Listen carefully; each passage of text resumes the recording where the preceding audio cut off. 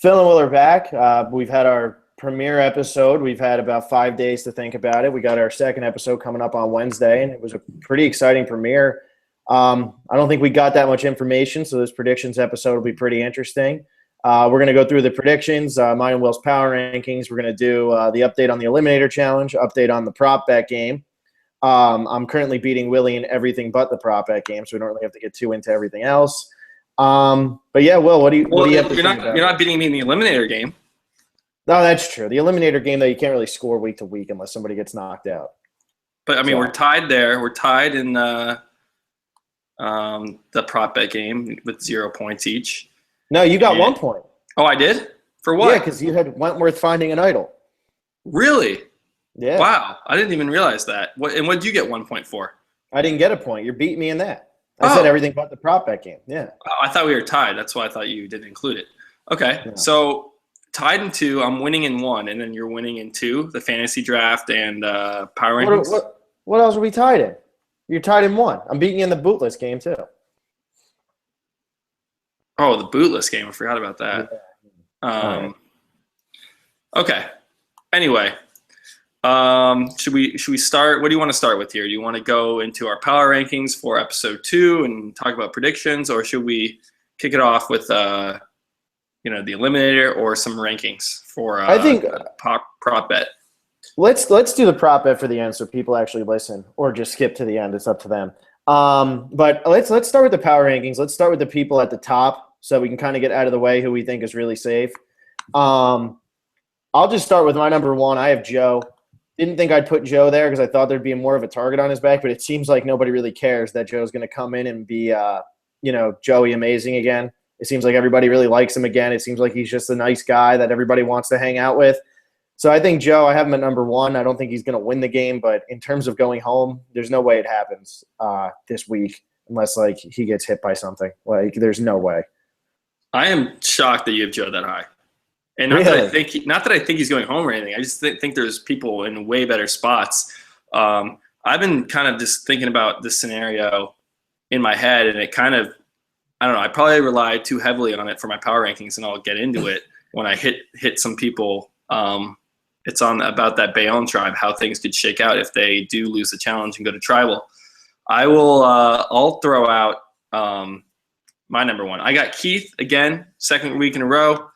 And then followed right behind, I guess, because just I can kind of pair these together. I got Tasha at 2. And the reason I have these 2 at the top is we talked about this in a recap. We have the alpha male alliance of Jeremy, Savage, and Joe, and they want to pull in Keith and Tasha. But we didn't really hear from Keith or Tasha that they're, that in on it. So I think the power in that tribe right now lies with Keith and Tasha. They're the swing votes. They can decide, hey, let's get Cass, Kimmy, Monica, Sierra, and even Steven, let's get them together and take out these super huge alpha male threats. And that's why I think having Joe is just really high. Or if Tasha and Keith want to go the other way, go with the alpha males, have good shields and take out some of the goats, like Jeremy was saying, they're safe there too. And they're on the stronger tribe. So I got Keith at 1, Tasha at 2. Yeah, that's good reasoning. I have Tasha at 2 as well. I totally get where you're coming from. I just think Joe going home would absolutely blow my doors off just because right now, the way they showed that tribe, I don't think that tribe's going to go again. I think Bayonne's going to win again. Just the way they showed that tribe, though, it's like I feel like it's going to be Steven or it's going to be a girl. I don't think Joe goes, or it could be Savage. I think that the Savage-Steven feud could end up working against them, but I think Jeremy and Joe are both pretty safe. Tasha, I don't see going anywhere because it seems like they want to keep the stronger players on that tribe, at least for the time being.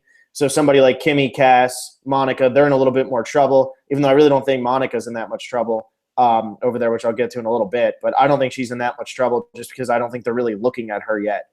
So, yeah, I have Tasha at 2 as well. At my number 3, I have Wentworth. She was the MVP last week, voted by everybody. I think she's in a fantastic position. She didn't really stir anything up. It seems like Jeff Varner stirred up a lot at that tribal council where people were really scared of Jeff Varner now. So I don't know if Jeff Varner pretending he doesn't know how to play the game is actually going to work for him or against him. But supposedly he really blew things up. So I think that he could be in a little bit more trouble than we thought after week 1. but I don't see Wentworth going anywhere. She's got the idol. I mean, she's my pick to win it. I still think that she's in like a great position right now. It's interesting you just mentioned Varner and Kelly. I have Varner at 3 in my power rankings, and this is similar thinking with Keith and Tasha. Is that Varner is a swing vote, and no matter how much we didn't see it all. I assume you've read up on what really happened at Tribal, and Jeff was calling things out, and he did stir some stuff up. But he is the swing vote on that tribe. He can return to Terry and Kelly Wigglesworth and Wu in the shelter builders or whatever, and can maybe pull in PG. It seems like he had a pretty good connection with PG. It seems like he was talking to Spencer and Shireen. I think he's just so in the middle that he has a lot of power on that tribe. And yeah, he did stir things up, but I think as of now, it's coming off as, wow, Jeff doesn't really know what he's doing.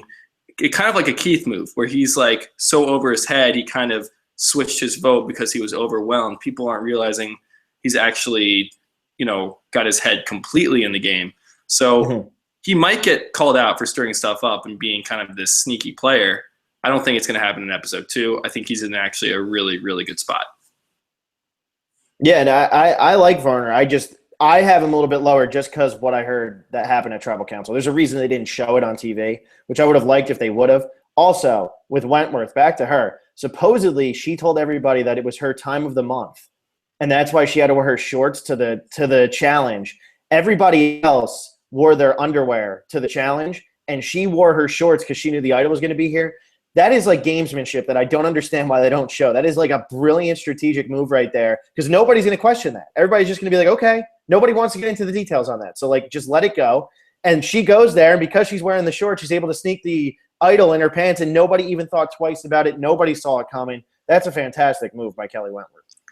Yeah, that is a completely fantastic move. And I guess I can talk a little about Kelly. I have her at 4. Yeah, I understand why they didn't show it, though. Like, when I read it afterwards, I was kind of like, yeah, that makes sense they didn't show it on TV. I mean, not that it's completely inappropriate by any means, but it's just not something you really want to draw complete attention to. Brilliant move, but I wasn't shocked at all that didn't make the cut. I mean, they could have shown it. I don't think it's that big of a deal. I mean, they've shown more ridiculous. I mean, what's the scene? What's the scene like? I mean, for them to say, Kelly, why aren't you wearing your bathing suit or underwear? Why are you wearing shorts? And she goes, I'm on my period. Like, it's just a little personal, and then for her to like give a confessional about that, it's even like, I just think it's like one of those Survivor moments. I get what you're saying. I just feel like that's one of those Survivor moments where they would almost go to a confessional of her like laughing, like, I had to tell them this so that I could have the chance to find the idol. And I feel like it would almost be like comical more so than like serious. Oh, it's funny. No, it's funny. Yeah, it's funny, and I think that's kind of how it would have played off. I think that would have been the scene. Yeah, I just think it's. I mean, they showed Vetus like humping the air the entire episode. They could have mentioned like 2 seconds of that. Like, it wouldn't have killed us. Yeah, I hear what you're saying. I wasn't shocked at all that it didn't make it, and because it is, it airs at 8. It's a family show, and not that it does anything wildly inappropriate. It's just not something they want to actually delve into. Like you said, that's why no one questioned Kelly, because no one wants to hear the details about it. I think that's the same reason why Survivor left it out of the edit. But back to Kelly anyway, I got her at 4. I don't really feel so good about her alliance, but the people she's aligned with, or it seems that she's closest with, are Spencer and Shireen. And those are much bigger, kind of at least viewed as bigger threats strategically. And Kelly has the idol, obviously. So if she does get a whiff of something, she's always got that to play. So I really like Kelly's position. I don't think her alliance is in that great of shape, though, even though they did vote in the majority. But I can get more into that when we get down to those people. Yeah, and I'm almost basing my rankings here, and obviously this is just a week-to-week thing, but Kelly Wentworth, she might not be in a great position with her alliance, but I'm prepared for the switch at 18, where they're going to go to 3 tribes. Like, I am expecting that wholeheartedly. So even though she might not be in the best position to win the game right now, I feel like having her here, she's not going to go this week, and she has enough people around her that would go before her. Spencer or Shireen would go before her, I feel like. Abby Maria would go before her. Terry might go before her. Like, I feel like Wentworth is in a really good spot on that tribe for the time being. And she has the idol. So if she has anything coming, there's no way Kelly Wentworth is going home this early again. I mean, she'd go nuts. So.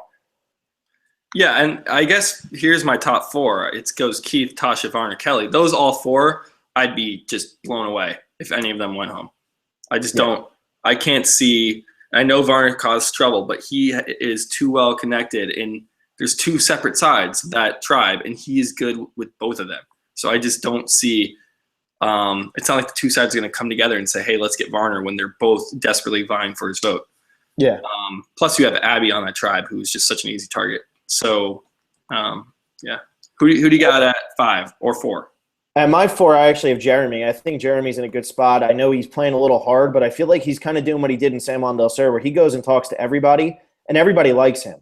And it happened the first time around where if it wasn't the couples, Jeremy probably would have won that game because he had connections with everybody on his tribe. It's just that once they got to the merge, John got back with Jacqueline, Missy got back with Baylor, Josh and Reed got together, and it was like, hey, let's try to mess up his game. Keith gets with Wes, all that stuff. I feel like Jeremy's really good at talking to people and then complaining to the camera. And I think he's really good at not doing it to the people, and everybody feels like they're a part of his alliance. I could see him, Joe, and Savage doing good together. And if Steven is able to get the girls, they're going to get rid of Savage first. They're not going to get rid of Jeremy. I feel like because Steven and Savage already said they were going after each other. So I feel like Savage is in the most trouble out of those 3 guys. That's why I have Jeremy and Joe in my top 4. And then just to keep in line with it, I have Keith at 5 because I do think that Keith, like you said, he's in the middle. He could really go either way, and it seems like Jeremy wants him, and obviously if the girls could get him, the girls would want him. So if Steven can get Keith, Keith's not going to go home. There's no reason to send Keith home right now when there's other threats on the island. Keith's just there. Right now, Keith's a number. But I do think that Keith's going to play a lot better this time. It already seems like his head is more in the game than it was last time. Yeah, Keith isn't going anywhere. That's why I have him at number 1. That would be the biggest. Not that he's like some amazing player, but it's just why I target Keith. And it's always fun to just make these Super Bowl predictions and then be wrong. I mean, that's what makes the show exciting and fun. I don't like being correct all the time. I mean, it's fun to be right and say, ha, I got you, Phil. But it's more exciting to see some shocking blindsides and twists and all that. Yeah. I mean, if Keith went home now, that would be exciting. That's for sure. He's too good TV. He's so funny. And not enough spitting yet, though, from Keith. We only got 1. We didn't. Well, you know what it is? On this season, you got to think, in his first season, he was the best character on the show. This season, they're all characters. Right. So hopefully we'll get more spitting. Number 5, you might be shocked by this. I have Steven at 5. I think that whole edit was just a big red herring kind of. I just don't buy it. I said this in the recap. It doesn't feel real. Like it's Steven. He's not this bad at the game. They're either setting up a narrative or trying to shock us somehow. I mean, let's say Bayonne loses. If Steven goes home, Survivor wouldn't set it up and make it that predictable. It's just I don't see that happening. I mean, and maybe he does, but I really would be shocked if Steven is the second player vote out of this game, especially after that bozo edit.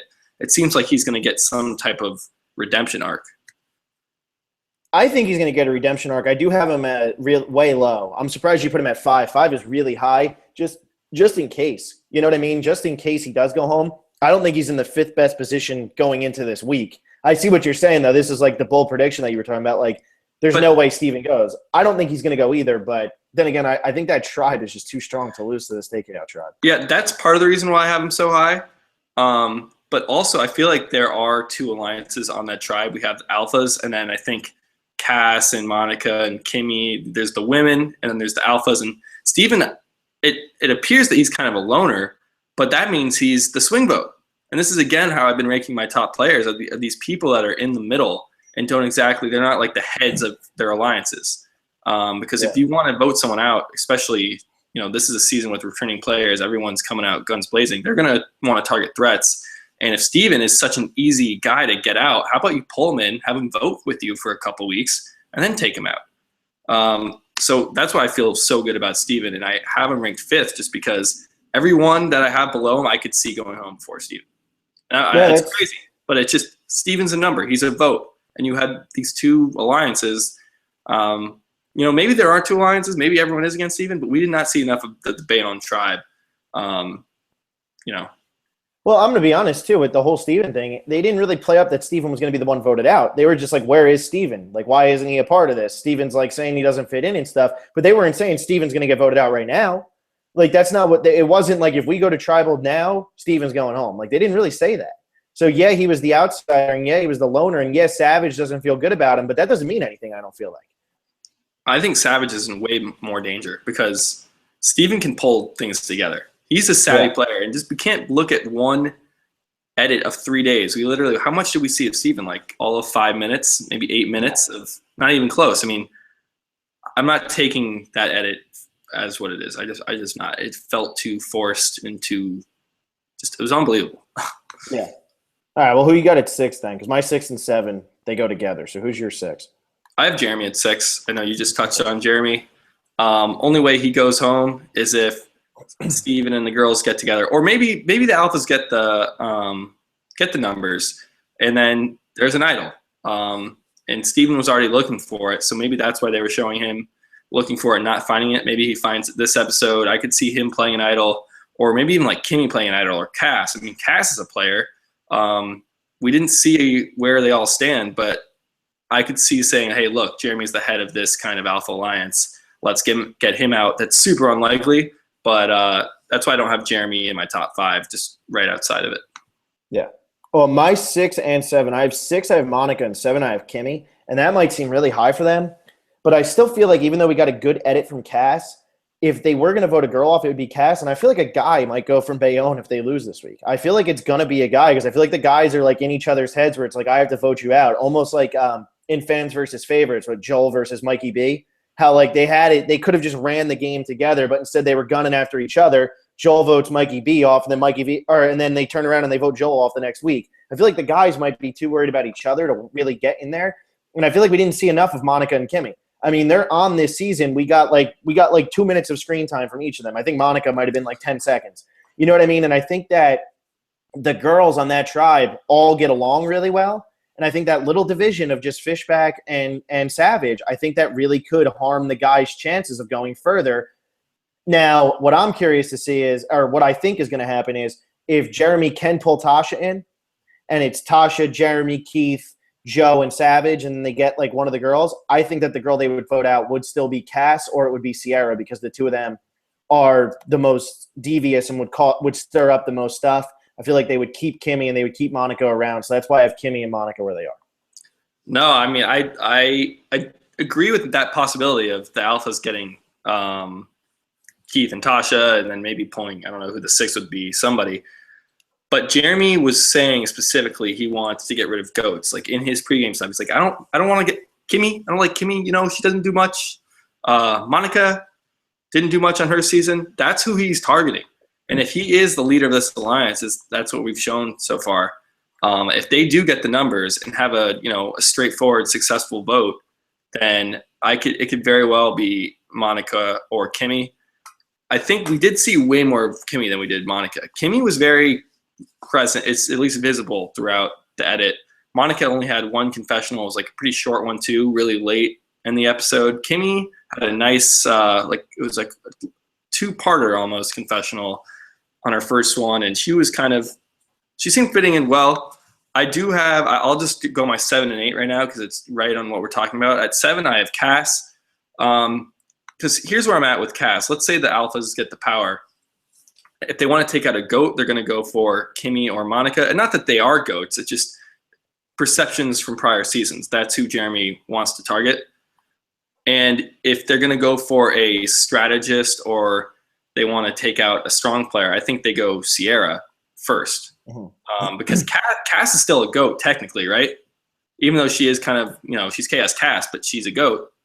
Yeah, she's still a goat. Yeah. So I think Cass isn't going to be Cass is almost like Abby too, right? Like she's almost so easy to get out. We can get so many people to rally behind that. Let's get someone else out. It's too easy. Yeah. So I have Cass at 7, and then I have Monica at 8 just because we barely saw her. If she's the second boot, she would have gotten more of the edit. Yeah, that's the other thing too that you got to keep in mind with this season as opposed to other ones. all these people got voted in by the fans, and even though Monica is she was probably the 20th person to get voted in. Like, let's be honest, she was the 10th girl. Like, she's like the least memorable out of all of them, I feel like. She still got voted in. They're not going to have her have one confessional and then say goodbye to her. Like, this isn't going to be like a situation like the typical person who's invisible, and then all of a sudden they get one huge episode and then they're voted out. Like, I don't think that's going to happen this season because all of these people have the built-in storyline of this is their second chance. So now what is going to be the storyline out there? All of them have the storylines of can they change or will they not? You're going to get something from Monica. She has the least storyline to tell. That's why she got the least amount of screen time in the first episode. But we're going to get something from Monica. She's not just going to go home invisible. Yeah, I feel pretty I have Monica at 8. So I have Kimmy a lot lower just because that was one of the names on Jeremy's tongue. The very first name he said for a first boot or a first target. But I think Cass and Monica, and they could also get the power too. I'm kind of leaning almost more towards that. Episode 1, they set up this alpha male alliance. Episode 2, we see how it falls apart. Yeah. But maybe they probably don't even lose. Yeah. So that's why and I'm putting all my eggs in that basket because you're going to see like I think 6 of my bottom 7 are all from the other tribe. Like, I really think that the other tribe's going to lose, and if you end up making points up on me, it'll be the first time in Power Rankings history that you make up points on me. You could. You really could. Yeah, I'm kind of doing a very similar thing. Out of the top 8 that I've mentioned, 6 of them are on Bayon. Yeah. So. Well, my next 2 are both from Takeout. I have Spencer at 8 and Varner at 9. Spencer might seem a little high, but I feel like Spencer, by talking to Terry and talking to Varner, and he's in with Shireen, and he's in with Wentworth, I feel like Spencer's in a really good spot. And I feel like you said, like, Varner might kind of put his foot in his mouth eventually, but right now they all just think he's kind of dumb and doesn't understand the game that well. And they haven't seen him play in 28 seasons, and I feel like he's out there and he's just making people laugh because he's still a smartass just like he was back then. And I feel like they're kind of liking that. I don't think they're viewing him as a huge gamer. I think that by him at Tribal Council saying, Kelly and PG, are you guys voting the same way as I am? I think by him saying that, it was almost like everybody looked and said, well, PG and Kelly must have came up with some plan because Varner's now asking them what to do. I don't feel like people look at him as the threat yet. And one of the most telling moments for me was when Shireen is telling him how well-connected Vetus is, and he's pretending like he doesn't know. He completely knew. Exactly. And Spencer was there too, and he completely knew too. They both knew, but Shireen is the one who feels like she has to tell everybody, and they're good at playing dumb and pretending they have no idea what's going on. Yeah, I mean, that's why I have Varner ranked at 3. First of all, he has power because he can go with either side. And then second of all, people they're looking at him like a Keith right now. I really believe that. And he's not. He's not. No, not at all. He seriously could have won the Australian Outback had Kimmy not opened her mouth and said that he had to vote against him. If it wasn't that situation, I mean, you got to remember, he got voted out because Kimmy said that he had to vote, and the rule back then was if there's a tie, whoever had the most votes cast for them before that gets voted out of the game. And it was Jeff versus Colby. I mean, it seriously could have been Colby could have went home at 10, and Jeff Varner could have went on and won the game because he was the most liked one from that Kucha tribe, other than maybe Elizabeth. Yeah, no, he's a player. He's a player, and people forget about Australia just because it is 14 years ago. So people are like, hey, Varner, he's an old school guy. He doesn't know about idols. He doesn't know about strategy, and it just kind of slips the mind. Yeah. Okay, at number 9, I have Joe. Main reason here is that if this Alpha Alliance does get taken out, Savage is going to be their target.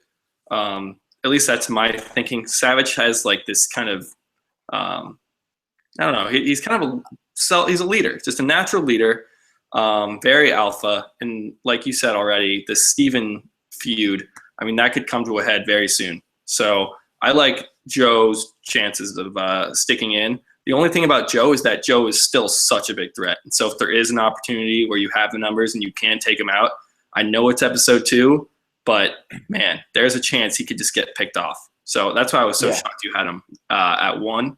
But there's a chance. I don't think it's going to happen. Wouldn't be like 100% shocked though. Yeah. Number 10, I have Wu. And Wu did not vote in the majority, but I think it looks like Abby and PG are going to get into this huge fight. That's just such a one vote doesn't tell us everything about the alliances and the dynamics. And Wu is such a non-threat. Like everyone saw Wu just make the worst decision in Survivor history his first time, people aren't thinking about targeting Wu. So yeah, he's not in any power right now. He doesn't really have his head in the game, but for that reason, he's not a threat. And so I think 10 is good for him.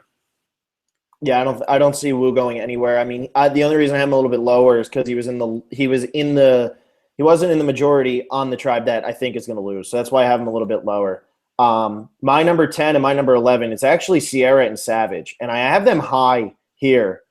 I do think that the two of them could go this week, but based on the fact that I don't really know how the TKO tribe shapes up, like even after watching them vote, I think that there's going to be some sort of blindside that's going to happen this week, and I think TKO is going to lose. I wanted to put as many of them as I could in the bottom half of my power rankings. So I put Sierra at 10. I feel like if a girl is going to go from that tribe, it's going to be Cass or Sierra, still leaning a little more towards Cass. And I think Savage, I don't think it's going to happen this week, but I think they almost set up last week that Savage was going to get blindsided by Steven at some point.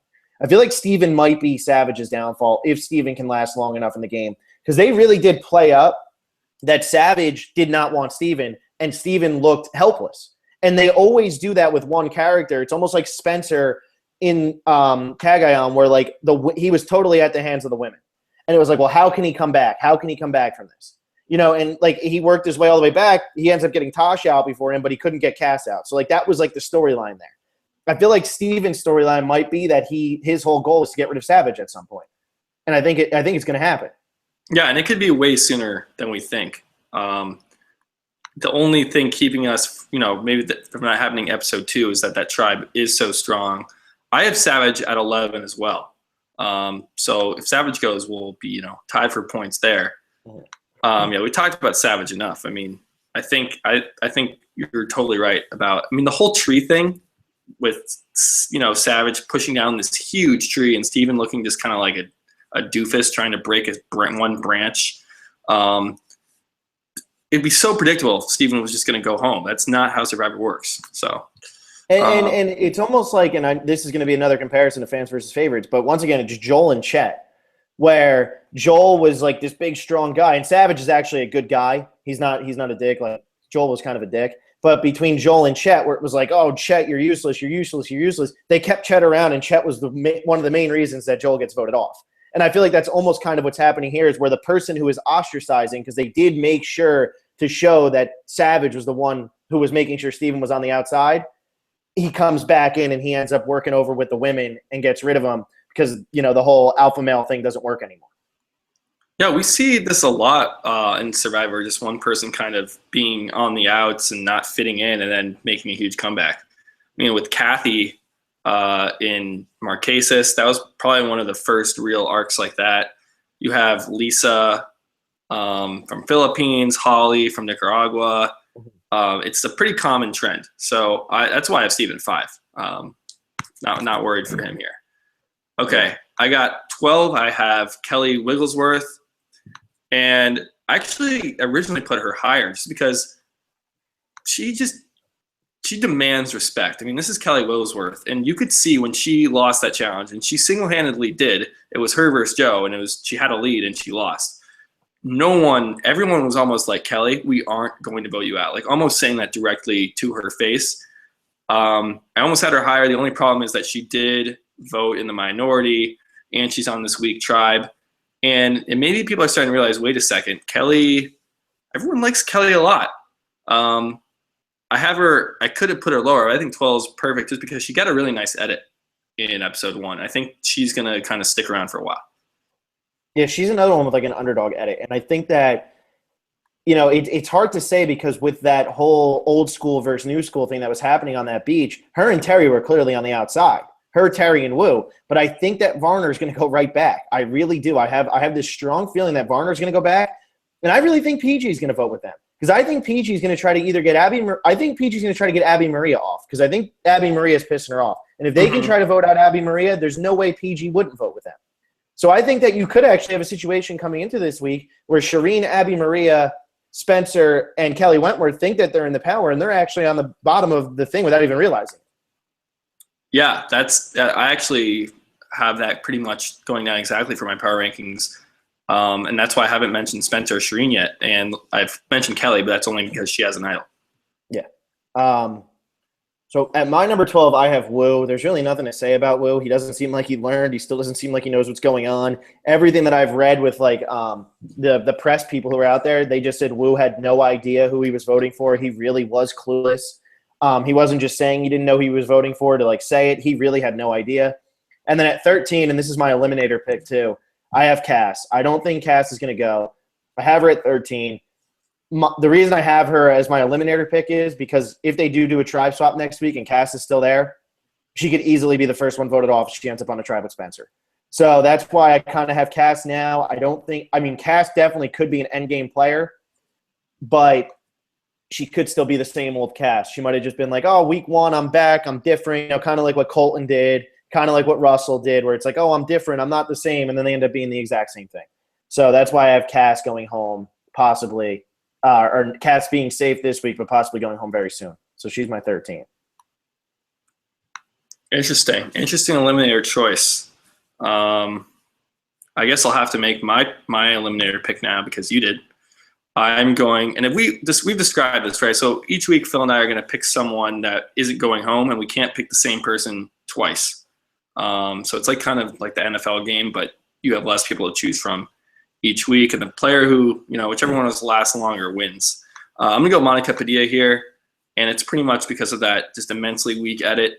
And like I was saying earlier, if they're going to take out like a GOAT, they probably take out Kimmy, maybe even Cass, and they're going to take out somebody they're afraid of or that's devious, probably take out Sierra, maybe Cass. But I think Cass is actually playing very well socially. At least it appeared that way. So I got Monica Padilla for the eliminator. Okay. At 13, I have PG. I think PG is actually in a fairly good spot. It's just that I kind of did what you did. I wanted to load up my bottom tier with the Takeo people. And I could see her flipping, back to Varner, like you said. Because, and especially like you said with Wu, how he was like, he didn't know who to vote for, and he kind of just threw it out there. I think PG, something similar happened there because remember Varner said at Tribal, are you going to vote for the people who you talked about? And I watched the scene again. PG said she wanted to take out Abby, and Varner wanted to take out Vetus. And PG said, yeah, I'm going to vote who I said I would. And then she votes for Vetus. So but it wasn't like she was lying. Maybe they had talked multiple times, or I don't know. I feel like everyone, especially because they didn't have time to talk and plan, I think everyone was like, I don't know, it's either Abby or Vetus. I don't really know who. And I think they didn't want to tie. Oh, yeah, they didn't want to tie, but it was almost like so many people didn't exactly know. I think Spencer, Shireen, and Kelly Wentworth, they were like solid. We're going Vetus.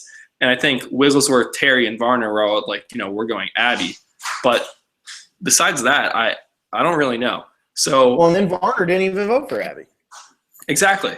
Yeah. He flipped. He did change. So he's afraid of ties. We know that. Exactly. With good reason. Right. So for PG, I could definitely see her going, especially because the previous show she gets in that huge fight with Abby. But I didn't want to rank her any higher than this because she is in some danger. Yeah. Who do you have at 14? 14. Yeah, I have 14, and then I do my – yeah. I have Kimmy at 14, and I don't need to talk a lot about Kimmy here. It's pretty much that Jeremy has mentioned her as his number one target, and Jeremy seems to be pulling the strings on that Bayonne tribe.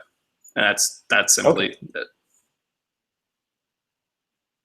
All right, my 14 and 15. 14, I have Wigglesworth. 15, I have Terry. The reason I have that, I think that Varner is going to go back with them. I feel like he's going to flip back and that he's going to align with them. I think they're actually going to get on the right side of the numbers. And I also feel like if they don't, they get rid of the other people, get rid of PG because of this whole Abby Maria PG feud. And Wigglesworth and Terry, I feel like they both got sort of like Kelly Wigglesworth definitely got the heroes edit, and I feel like Terry also got like a pretty decent edit where it was like, he was always in the middle of it. He kind of knew what was going on. He was still the hard-working Terry. He's working on his social game, all that stuff. What I heard, though, is that from day one, Shireen wanted to get rid of Terry. So if that's the case and Shireen is on the right side of the numbers, then Terry very easily could go this week. So that's why I have him at 15, and I have Wigglesworth just ahead of him because I think that if Shireen can have her way, Terry goes home first. Yeah, I fear for Terry a lot. Let's just say that. Okay, who's your next? I just did. I'm one ahead of you right now. Oh, You're up okay, there. right. Right, okay. I have Shireen at 15, and it didn't appear this way from the edit, but from reading kind of some interviews and things, especially from Vitas, he was saying Shireen was the one pulling the strings on that tribe, and it wasn't shown, but she's the one that, I mean, we saw her obviously talk to Varner and ramble on, but I think she pulled in, probably talked to PG. They seem to be pretty friendly with each other. Obviously she has Spencer and Kelly. Probably, even somehow got Varner to, make him aware, look, we're all voting Vitas. It's okay to flip your vote. We have the numbers, something like that. I feel like Shireen had a lot to do with that vote. And if that had been shown that Shireen was pulling the strings, I would say, oh, like she's going to be a big player this season. They want to build her up as a strong player. It's kind of like we didn't really see that. We just saw one conversation. If Varner's going to flip back, I could totally say, hey, look, Shireen just made that huge move already. She's, her head's totally in the game. That's exactly someone who Varner would want to get out. Yeah. I think Shireen's in a lot of trouble this week. Yeah, and not that she's been playing badly. I just think she kind of she's a big player. She's, strategizing hard, talking to everybody. And Varner, that's what he wants to do. And he's not going to let Shireen, steal the show. Yeah. I have her at 15. And then at 16, I have Sierra. This is the last member on the Bayonne tribe. Pretty much, there's just too many good reasons to get Sierra out. If you're going to go on challenge strength, and they might not at all, but right now we know there's going to be this tribe dissolve at 18. They don't. And they might say, look, we know there's going to be twists and turns. There can be extra votes. There can be, maybe they'll bring back the outcasts. Maybe they don't know. They're expecting all things, but it's not in their minds that after only 2 votes, they're not going to be with their tribe. So if it's in their head at all about tribe strength, Sierra is a great person to target because you're killing 2 birds with 1 stone, because everyone knows that she can lie, that she can, be social and get on the side with the numbers. So I worry for Sierra. She's the last member on Bayonne that I have, but I'm pretty worried about her. Yeah, and my last member, Bayonne's also at 16, and I have Steven, just because right now Steven's the only one with a storyline that says he could go home. I don't feel like they gave us enough of a story from anybody else on Bayonne that they would go home. I feel like the only one that they played up was Steven. I still don't think this tribe's going to lose because we know so much more about the other tribe, and if they lose, who could possibly go home? Whereas with that tribe, I really feel like the only one that you could say had a fulfilling second chance storyline if they go home is Steven, and his whole second chance storyline was that he couldn't change and was worse this time. But I feel like there's nobody else on that tribe who really got enough in the first episode that would be okay to have them voted out in the next one. That's just, I mean. See, I think Savage or Joe are 2 people that you could say, look, because we got a lot of Joe the first episode, and you could make a very easy storyline saying, man, this guy is too much of a stud. Started the fire, single-handedly won the challenge by, tying the sticks together. He's social. He's doing yoga. Like, he had so much the first episode. I could see if someone's going to get blindsided, and, we have to expect a lot of blindsides this season. We really do, because everyone is out here to play hard. I could see Joe going home, and also Savage too. The narrative would work. We already have talked about this. It sounds like you're thinking that might come to a head later. I think it very well could, but episode 2 wouldn't be, shocking. I mean, it's got to happen. It's almost like Joe and Vince, where their whole thing came to a head in episode 2, even though we thought it was going to last way, way longer. Right. And then at 17, I have PG. I do think PG's in trouble this week. That whole Abby Maria PG thing doesn't work out well for her. I do feel like she's still an old school player, even though she voted with the new school people. If Abby Maria can stir up enough crap and for some reason still last another week, it very easily could be PG who goes home. So I do worry for PG this week. I kind of hope she stays around because because I have Shireen and Abby at 18 and 19, and I dislike them more than I dislike PG. And I think PG could definitely be more fun to watch as the season went on than the other 2. I mean, we know what's going to happen with Abby Maria. She's crazy. That's what it is. That's all it is. And then with Shireen, she could be good, but I really think Shireen might go this week. I have her at 18 and I have Abby at 19, just because I feel like it's safer that way.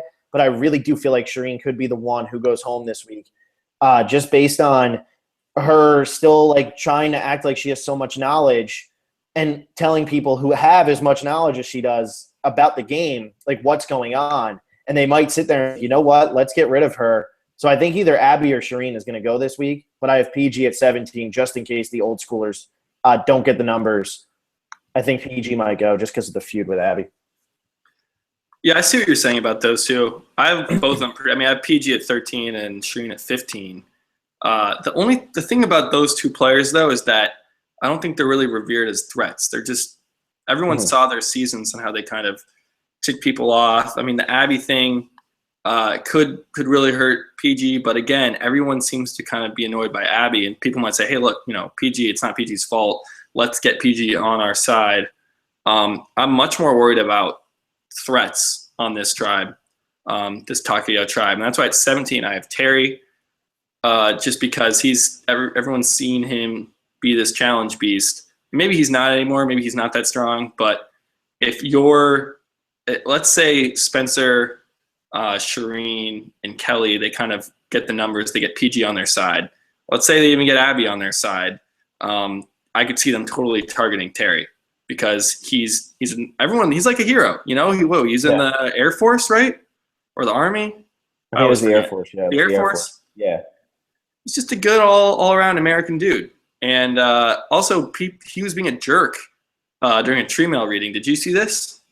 I heard about that, but then once again, man, okay, here's my problem with that. It's coming from Shireen, and Shireen said she wanted Terry out first the whole time. Like she said before the game, she wanted Terry out first, and it looked like, they're all mad at him, but who knows the context? Who knows how it was said? I can't really take what Shireen says seriously. I always get Redmond and Gordon confused. It said the article said multiple sources have said this to be true, and that it happened. Like he said, for people who didn't read that stuff, Abby was reading tree mail and was having trouble reading it, and it really was because of the font. I mean, they showed a picture of the font, which is just awful. It's like the Cambodian font, and so Terry said, "Can we get someone who speaks English to read it?" And then everyone was like, "Yeah, shut up," or whatever. Then Abby starts reading again. He's like, "Guys, seriously," he kept going at it. Then he took it from her and then started reading it. He got the first word wrong. Like he said 75 years instead of 15 years because the one. Nice. So I don't know. Terry, I don't feel good about Terry at all. So that's 17. And then 18, I have Spencer because if Varner does flip back, who do you want? If you have the numbers on that tribe and Spencer's not on your side, that's who you want to get out. Right? Let's say Varner has Kelly Wigglesworth and Terry and Wu. So that's 4. Maybe even gets like Abby and PG. That's 6. I mean, all you need is 5 because it's a 9-person tribe. If Varner gets the numbers, Spencer's the number 1 target. Right? Yeah, I mean, you would think if you're looking at threats, but if you're not looking at threats, then it's going to be either Abby or Shireen. But I think they are looking at threats. They should be. You would hope. What else are they looking at? They're not. This tribe does not care about tribe strength. We saw they voted out Vetus instead of Abby, and Abby's one of Abby's the weakest one out there. Right. I mean, I'm going to finish off at 19. It's no surprise. I have Abby as well. I think she's in the worst spot, and we could get an episode where it's like, hey, this is the most obvious boot ever. Let's just have a great fun episode. The Drew edit from San Juan del Sur. Because Abby does, it's entertaining. She causes a lot of drama and conflict, which is what you want to see. So yeah, I got her at 19, but other than that, I'm worried about Terry and Spencer. I really am. And then, like you said, PG, I got them near the bottom too. I can see any of them going home. Like I really could. I mean, that's why I have that whole tribe like in the bottom part of my thing because I really do think that any of them could go home. And this was tough. It wasn't like I was like, yeah, this was. The rankings, I was moving people around. I mean, we just don't know that much based on one episode. All right, you want to get into some comments from last video, and then we'll do this week's videos. We have a couple comments on this one, but you want to do last week's first? Sure, let's do it. You have it up? Yeah, I have it up right now. Let's roll. All right, I'm not sure if we did this one, but I think this is where we left off. Zach Valentin, MVP Kelly Wentworth, LVP Abby Maria did not learn a thing, but unless it gets too annoying for her team to handle, I do not think should be considered a huge threat and may slide on by. Also, who do you think would have been the farthest in the game out of all the people who were candidates for the 31st season but did not get enough fan votes if they were to take Vitas' spot on the TKO tribe? So I guess out of the guys who didn't make it, who didn't make the cut, who do you think would have went? I think Shane would have been fine. Because I think Shane on that tribe with Terry and all of them, I think that Shane, Terry, Varner, Wigglesworth, and maybe even Spencer then in that situation, I think that they would have gone far together. So I think Shane, that's my pick for that.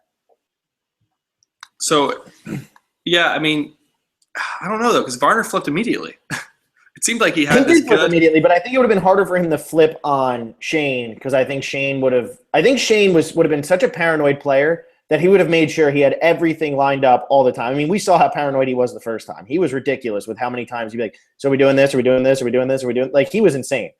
So I think that he would have made sure he got his numbers and he would have just never strayed from it. Everybody would have known that because with the Kasaya 6, he never flipped. And he had many times he could have. I mean, Terry was trying to work him the hardest because they started off the game on the same tribe. Yeah, Shane would have done well, I think, here. But if you look at it though, it's still only 4. So you think they still get Wu to come with them, and then who else? Maybe PG. Wu and PG. Yeah. Because I guess the only reason PG voted, I mean, she wanted to vote Abby only because of the bracelet thing, and then I think she went Vitas just because. I think that's where the numbers lined up. If she could have gotten somebody else out, I don't think she wasn't the one like spearheading Vitas. So yeah, that probably would have happened. Yeah. But the hypotheticals, they're so crazy. I mean, how do you think Troyzan does? It's like, who knows? Jim Rice, I don't know. You just don't know. Jim Rice could have done really well. Jim Rice probably would have done very well because he wouldn't have been a target. Nobody really knows much about Jim Rice. Everybody remembered Vitas. That's the difference. And Jim Rice wouldn't have come out doing what Vitas did. Jim Rice would have played a way, way lower key game. Yeah, I like Jim Rice. I hope he'll get back at some point.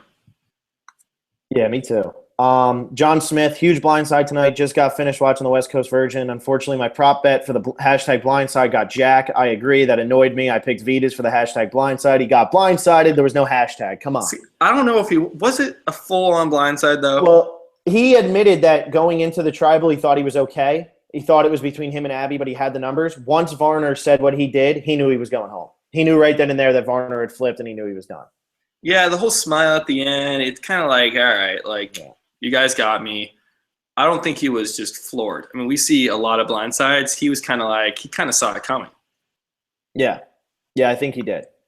And maybe this is a sign to come that there's going to be bigger blindsides because it's pretty rare when Survivor doesn't jump at the opportunity to throw a hashtag blindside up. So maybe they're like, wait a sec. Yeah. We can't use it every single episode. So this is good news for more hashtag blindsides. Yeah, hopefully. Energizer 61 Bunny has 3 in a row here. Kelly Wentworth is making it to at least the final 5, in my opinion, and I put money on her winning. MVP Wentworth, LVP Abby Maria, and I am so worried about Steven. I feel like he's out pre-merge. I could see him go out pre-merge. I'm not worried about him at all for episode 2. Not even in the slightest. Yeah, it's one of those things where like we think that he's going to win that feud with Savage probably towards the end, but that feud could end episode 4, and they could both be out by episode 5 anyway. So it's always hard to tell with like the early game storylines that don't ever make it to the end. Yeah, if Steven goes this week, it's like try to hide it a little better in episode 1, you know, and I think they do that. Jeff Coaster. I always knew Wigglesworth was going to be really into the game. Kelly's an athlete and competitor, and the Kelly Wentworth edit makes me feel super confident about having picked her as the winner. Final 3 prediction: Wentworth, Jeff, Abby Maria, perhaps PG or Wu, if not PG, in 4th, Jeremy in 5th. If Abby Maria gets by at the beginning here, I totally could see her being a GOAT that makes it all the way to the end. If she gets by this beginning, because she totally should have been the first boot. And nobody thinks that she can win. So she really could be somebody who makes it all the way to the end as a GOAT. Yeah, that wouldn't shock me at all. It's just the thing with Abby Maria. Can you put up with her until day 39? And one of the, Malcolm's great confessionals is like, I'm going to do something very stupid strategically because of how annoying Abby Marie is. Like, that's how annoying she is. I know I'm being dumb here, and I know this doesn't help my game, but I have to live with this woman. And that tells you all you need to know about Abby Maria. And if she had changed, that's one thing. She hasn't. You can tell. Changed. No. Yeah. And then Jeff Coaster says Spencer and Shireen are besties. They will for sure stay loyal to each other. Spencer will stick with the girls.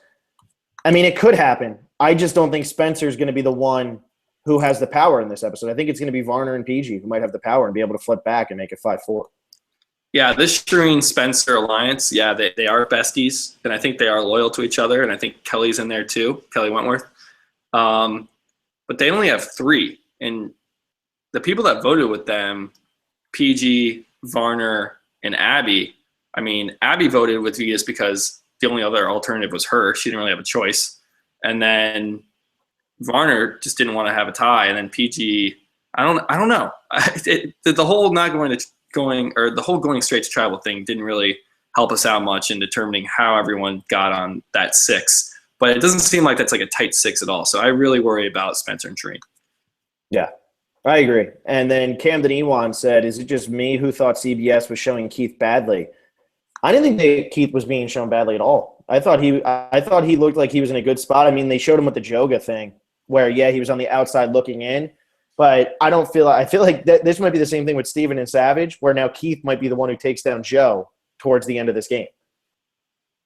I'm trying to remember all that we saw of Keith. I mean, the thing that sticks out to me the most is that conversation with Jeremy. And he was like, the past is the past. Like, we're good, man. Like, he seemed to be – I think Keith is trying this season. And I think that's all it really comes down to. He's making at least some sort of effort. And I don't think it was – I don't know. I don't think he was portrayed negatively.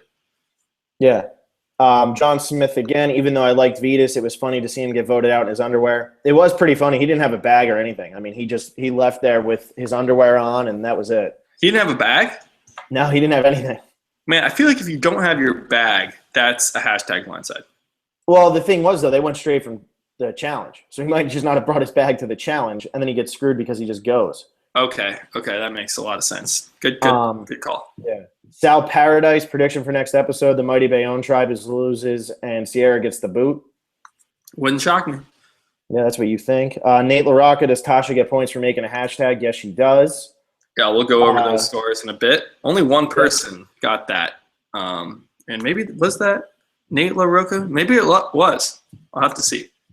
Yeah. And then Jeff Coaster did the episode confessional count where Kelly Wentworth actually had the most, which would we have one person had the prop bet where Kelly had the most premiere confessionals? Never in a million years would have thought Kelly Wentworth would have had the most confessionals in a premiere with all of the characters that are on this season.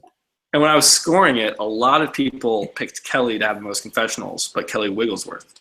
And Brian Johnson had Kelly Wentworth, and it might have been a mistake. He switched the Kellys around, honestly. Because it's it's crazy. And then Justin Brizentine with a long one. Wentworth for MVP, hands down. Found the clue, voted with the majority with what I believe to be a very strong core alliance of herself, Spencer, and Shireen, who I believe to be friends through the internet, RHAP community. Abby is a convenient fourth who can go once they have the clear advantage. Those are the beach people, as I understand it, and it has less to do with where they are than how they're playing the game. The shelter people openly socialize in a group setting in the shelter area and play openly, while the beach people, as Varner describes them, pull people off camp for one-on-one or two-on-one overt strategy conversations like Shireen and Spencer did with Jeff. Explains why Wu would fit in with the old school shelter people as he preferred not to strategize so hard. He also got injured, supposedly cut his foot open and couldn't move. Who? Wu did? Wu. Yeah, supposedly he cut his foot open and he was resting it. That's why he was always by the shelter. I don't know if we need to read the entire just because it is such a long comment. Well, I'm almost done now. Okay. Yeah, I'm almost done. Think Jeff Varner and PG were the swing votes between the two alliances, and that's why Varner was so vocal about needing to play the game hard. Choose the side against his main pregame alliance in Terry and Wigglesworth. I could definitely see Jeff and PG flipping to vote out Abby next if she really insults PG, or possibly Spencer if the trend of voting out strategic threats continues. I mean, that's kind of what we're thinking along the lines of that I'm thinking PG and Varner might be the swings going into this week, more so than Spencer. I think Spencer's kind of set in his alliance. Yeah, where did you have PG in the rankings, though? Because being a swing vote it's pretty good. That's kind I of had where her you at want. 17. I still think she could be in danger just because of the feud with Abby Maria. Okay. Yeah, so that's why I had her there. All right, where else Yeah, we let's got talk here? about the idols too. We can clarify this. I think it's now pretty much it's pretty definite. This is how the idol thing works this season. So if nobody finds the clue for the idol for that immunity challenge, it's not going to be there. They don't even hide it. Yeah. So yeah, Kelly Wentworth now knows idols are at challenges. If she doesn't find a clue, or anyone else on her tribe finds a clue, she can look all over the place. So there's not going to be one. It's also I think of the understanding now that Takeo tribe is not going to have another idol clue planted until Kelly plays hers. Yeah. So it's not like Kelly can get 10 idols or something. Yeah, this will be interesting now because like people are going to be looking for idols and then they're not going to find anything because she's sitting there with it. That's going to be interesting. Yeah, there's no idol or no idol clue at Takeo as far as I understand. I understand. So Bayonne, there's a clue somewhere, and if someone finds it, then 2 people have idols. That's it. Until someone plays it, until we go to 3 tribes, there's only going to be 2 idols. Yeah. And then Joe Pruce, MVP is Shireen because she is the one who detected that Vetus had the connections to Terry and people on the Bayonne tribe. That conversation between Shireen, Spencer, and Varner did not happen. Then Spencer and Varner might not have flipped, and Abby's the first boot, not Vetus.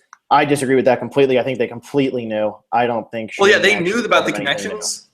Yeah, but Shireen being MVP is like I can kind of see it because I don't think we were shown exactly what she did, but from reading the post, exit interviews and stuff from Vetus and what he was saying, that Shireen did have a lot to do with rallying the numbers to get Vetus. And then last one on this video that we're going to read, Cole Gerber. Do you think TKO will be affected challenge-wise because they eliminated a strong male? I think they were screwed anyway. Yeah. And is Vetus that strong? Is he that much of a challenge? Is he really going to influence the challenge that much? Yeah, that's true. I mean, I guess you could have voted out Abby Maria. So the alternative is so much better. If you had Vetus over Abby, but anybody's better than Abby. It's not just Vetus. Yeah. So now this video, geez, a lot of comments. Premiere episode, a lot of comments. This video, Giovanni Orellano says, I think Bayonne will be safe due to Vetus, the strongest guy on Takeo being out, and one of the trio, Spencer, Shireen, or Kelly will go. What do you guys think of this prediction? I could see any of them going but Kelly. That he does mean Wentworth. And I don't think Vetus was the strongest on the tribe. I still think Terry or Wu was stronger than Vetus. And strongest Spencer. Player or strongest physically? I think he means strongest guy, strongest physically. Oh, well, Wu is Wu's strong. Wu has a black belt. Wu could probably beat up Vetus with a pinky. He's not the strongest Survivor player in terms of the game of Survivor, but physically he's probably the most fit on that tribe. Yeah.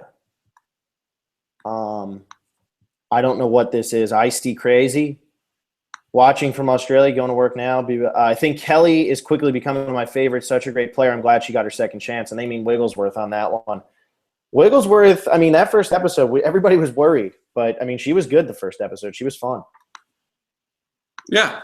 Sorry, I'm trying to find these comments right now. No, that's fine. That's why I don't have to read them all because I'm going to pass out.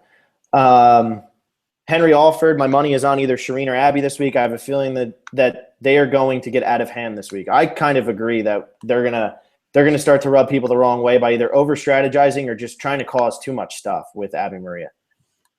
Yeah, Shireen or Abby, that wouldn't surprise me at all.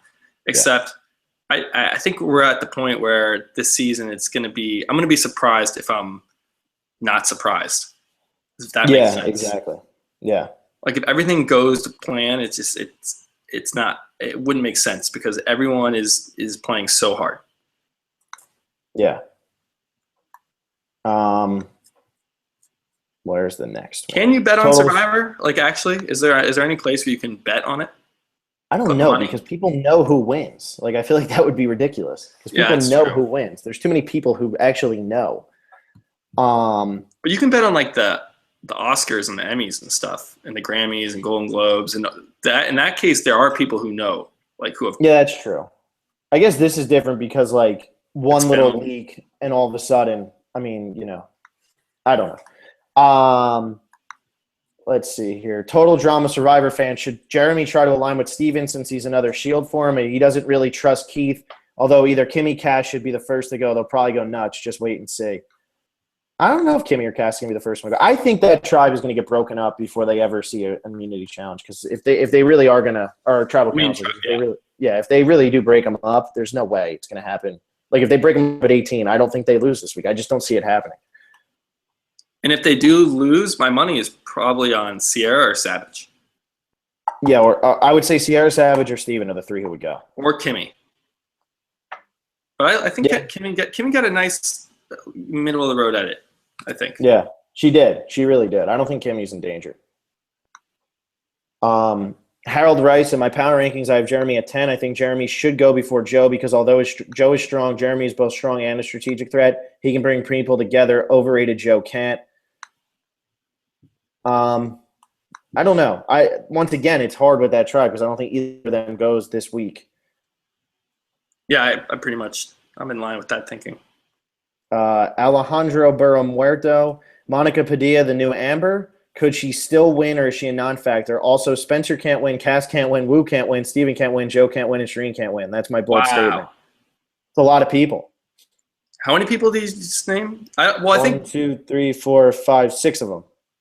But do you think Monica Padilla is a non-factor? I think she's a non-factor. I don't think she has a chance to win the game. I think she could. Monica? I'm not ruling Monica out yet. I think that if she is going to lose, or if she's not going to win, the editors really hid it from us in episode 1 because they gave her nothing in episode 1. I'm not ruling it out because we see it on these all returning seasons. There's so many big personalities, and Amber won one time and Sandra won the next time. Yeah, that's true. And I mean, Monica could. I don't think no one could be the new Amber. I mean, Amber, that was such an anomaly. Like she literally fell in love with like the guy running the game. They got to the final 2 together, and everyone was mad at him, which is so weird.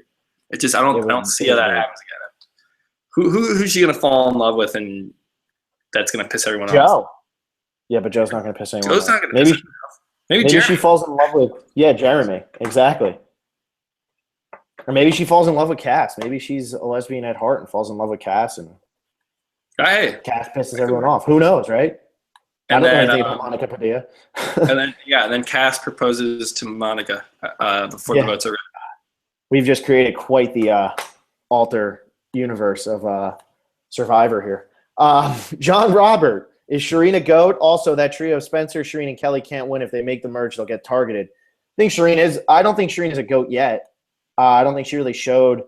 I don't think she learned from her first time, but I wouldn't rule her out of being able to win yet because she does have a strategy. I think Spencer, Kelly, or Shireen could win because if the 3 of them make the final, then they had to have worked really hard to get there. Oh yeah, I mean, if they obviously those 3 make the final, one of them has to win.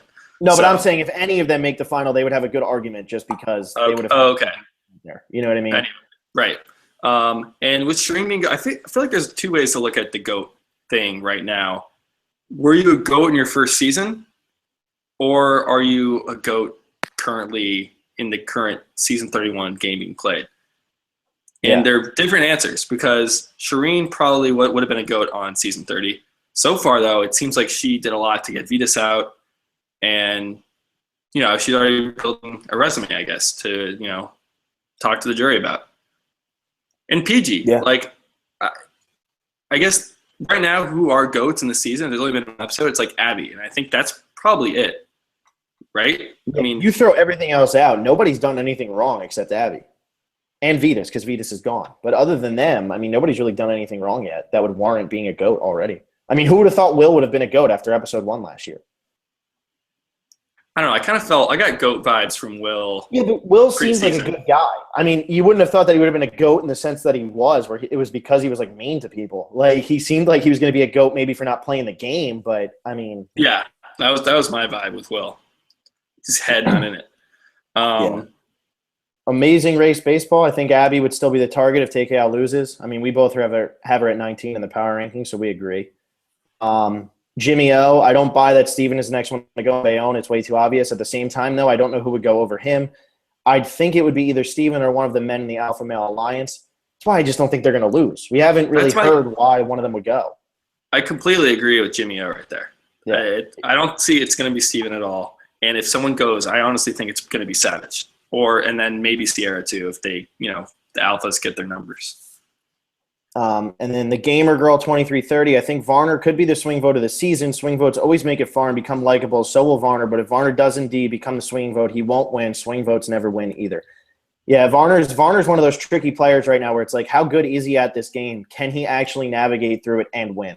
Because we know that he's playing a lot harder than he's letting on the people that are actually out there. Yeah, swing votes. I feel like swing votes are pretty helpful for us when we do power rankings because they're in the middle. They're going to have to pick a side. They're not going to go home. But swing votes never win. I think that's fairly true just because you're always the last person to join whatever side of the alliance. And that's the problem there. Yeah. And then just two from Twitter. Ravinder Sharma had two things here. Right after the challenge, Jeff said Wigglesworth 15 years later, same result. Is it going to happen again? Is that foreshadowing? Think that's foreshadowing that Wigglesworth ends up finishing second again by one vote? I doubt it. I think if Kelly if she gets to the end, I think she has a good shot at winning. Yeah, I think people would have a tough time not voting for her to win. Just because it's Kelly, and she has to do something right to get all the way down there. Yeah, she's not playing a GOAT game like we thought. I mean, she's stepping up for challenges. She seems to be, getting into an alliance. She's working hard at camp. It's not like she's going to miss that factor. She had she was a big part of episode 1. Yeah, and then the last thing, Wentworth for MVP launched a preemptive strike for the idol, and she got it. Great TV. No wonder Russell endorsed her. I didn't realize Russell endorsed her. Maybe she'll mention Russell then. Does anybody have that she mentions Russell in the prop bet game? Russell who? It doesn't matter. All she has to do is say Russell, right? Hans or Swan. Right, but so Russell Hans is the one who endorsed her, I guess? Yeah, I guess. I doubt that Russell Swan did. Okay. I mean, what does that even mean, endorsing someone? It's just like that's who you want to win. Yeah, pretty much. I guess we'll do a quick update. Bootless game, I'm beating Willie. Fantasy game. How many points? I don't actually have it open right now. I'm looking for it. But the other one, the fantasy game, I'm beating Willie. Willie's also losing to the Phantom Tribe. Only because Vetus gets +5 for being the first boot. So that's really the only reason. I just have to keep, rubbing it in that I won last year because this year I don't like my team nearly as much. I'm beating you by 7 in the bootless game. You had Vetus at 11. I had Vetus at 18. You want to do the prop bet scoring? Yeah, sure. So there's about 15 people who got points. I'm not going to read all the names. I mean, if you submitted a boot list, if you got points or not. I'm just going to highlight some of the interesting things. I didn't know I got a point until Phil mentioned it. So I got a point. I'm one of the few people who got a point. Guys, he's the one scoring it. He didn't even know he got a point. So that should make you feel good about the scoring. I mean, I didn't type up our entries because we did them on the video, and I was going to ask you for them. I know you typed them up, but I went through and typed up all the entries. There is 126 entries, I believe, so quite a few. And only one person out of 126 put Kelly Wentworth typing the most confessionals. That was Brian Johnson. We mentioned that. And then one person got Tasha getting the hashtag. Because Tasha was used, you could use Tasha for a lot of other things. So it was pretty Same thing with kind Wentworth. of made sense. Same thing with Kelly Wentworth. That's why she was a little harder to put as most confessionals in the premiere. One, because she wasn't a huge character on her season. By the way, she got more confessionals in the premiere than she did her entire first season. And on top of that, I mean, Kelly could have been a Jerry member, make the merge, whatever all the prop bets were. There were a couple that Kelly Wentworth could have fit in. Right. And the confessional thing is just bizarre. So, and so we have these YouTube names. I'm so bad at pronouncing them. They're always, and I have to kind of shorten them because in the Excel sheet, I don't like if someone has a long name, it just takes up a lot of room and makes it difficult. So we have 2 people with 3 points. Dot Mias, and that's who got Tasha for the hashtag. And then Ray Tonlin 1 got 3 points for Kelly Wigglesworth crying. That's where most of the points came from this week, was Kelly Wigglesworth crying. So I think about around 10 people got points for that. A lot of people had 1 or 2 on it. Only Ray Tomlin had 3 points on it. And yeah, I mean it's anybody's game at this point. It's like nobody got 2 bets this week. There were 4 bets that you could have gotten. And the thing is with Vitas got nobody anything. He did not hit any of those things. So Vitas is a big 0. So I put 2 points for him to get #blindsided, and it kind of sucks because that's 2 points I can't get, even though Vitas got everybody absolutely nothing. Right. And are you looking at them now? I had Vitas for stepping down or giving up a reward. That's what I had. I'm like offering someone a reward. I think I only put 1 point on that. So You did only that might not even happen. So I think I'm sitting pretty. Yeah. Yep. All right, that's it, right? Till Wednesday when after episode 2. Yeah, I'm excited, man. I'm excited. Okay. Thank you for watching. Comment. We probably won't read the comments on here. I don't know. Will we, Phil? Maybe. It depends what they are. If someone makes a really good prediction and it ends up coming true, because this is the prediction episode, if someone puts a really good prediction and it comes true, we will certainly read it and give you all the credit that you deserve. Yeah. Sounds good to me. All right. Sounds good. We will see you guys Wednesday.